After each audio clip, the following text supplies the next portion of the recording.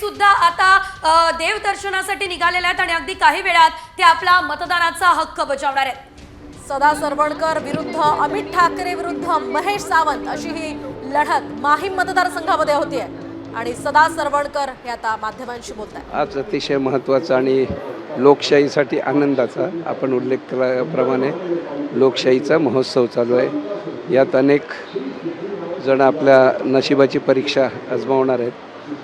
मी देवाकडे प्रार्थना केली की महाराष्ट्रावरती एक मजबूत असं महायुतीचं राज्य येऊ दे आणि एकनाथजी शिंदेसारखा एक दयाळू मुख्यमंत्री पुनश्च होऊ दे।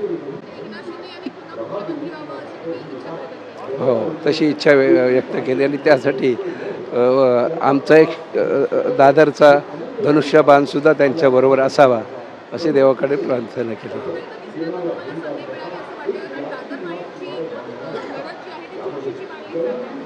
लोकशाहीतल्या सगळ्याच लढती ह्या चुरशीच्या असतात, आपण त्याकडे बघावं तसं, पण मला असं वाटतं की मला निश्चित लोक आशीर्वाद देतील आणि विजयी करतील।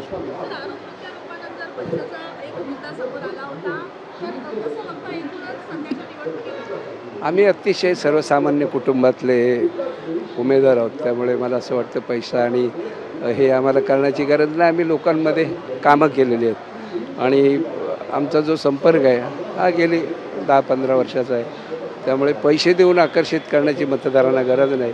ज्यांनी काहीच केलं नाही त्यांना पैसे द्यावे लागतात। मला असं वाटतं आम्ही केलेली मेहनत आणि मतदारांनी केलेलं आमच्यावरती प्रेम हीच पुरेसं आहे। हे बघितलं का तुम्ही? एक मिनिट सर।